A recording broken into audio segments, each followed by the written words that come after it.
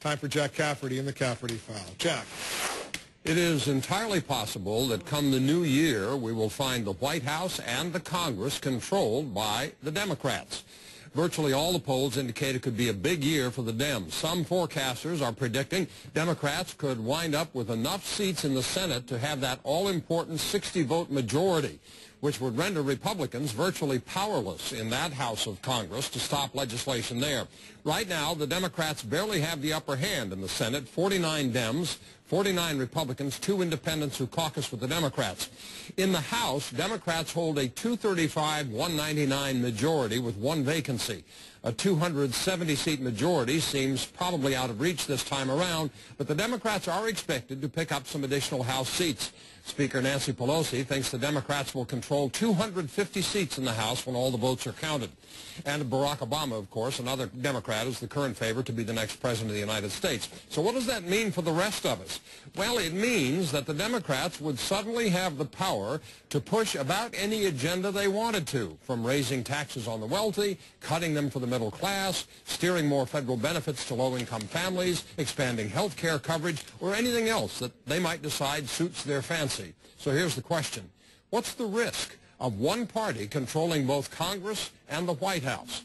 Go to CNN.com/Cafferty File. You can post a comment on my blog. Wolf. Good question. Go to Jack Cafferty. He's got the Cafferty File. Jack. Wolf, the question this hour is, what's the risk? And it's a very real possibility, the risk that one party will control both Congress and the White House. Linda writes from Bentley Spring, Maryland, well, there might be a risk, but if Democrats can get over the bitterness of the last 8 years, they could form a coalition with Republicans to make this truly a collaborative effort. I'm dreaming, I know, but perhaps President Obama can bring his calm reason to bear regardless. Brian in Moscow, Idaho writes, it means there'll be a clear mandate for the Democrats to fix the economy, much like Clinton did in the 90s, and if they cannot deliver, there'll be a massive backlash against Democratic leadership that could tank the careers of Pelosi, Reid, and Obama as well. They have 4 years and more responsibility than either party has ever had in recent history. We'll see if they can deliver. V writes, the administration, the current one, and their very wealthy buddies on Wall Street, in the oil business, and in the banking industry have brought America to her knees. The economy's issue one, far ahead of any other issue in this election.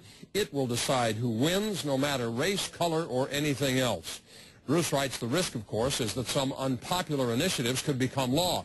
On the other hand, there would certainly be less gridlock in Congress and more could be accomplished.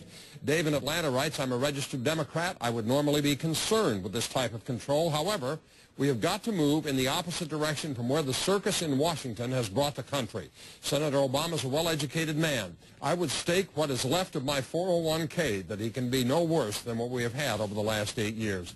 And Janice in Lafayette, Indiana says, what have we got to lose? It's taken a crisis, whether it was 9/11, the war in Iraq, or an economic collapse, to get our Congress to move faster than at a snail's pace. Maybe with one party in control, we can get policy through without unnecessary debate and delay. Don't hold your breath. If you didn't see your email here, you can go to my blog, CNN.com/Cafferty File. Look for yours there. We post hundreds of them each hour. Wolf.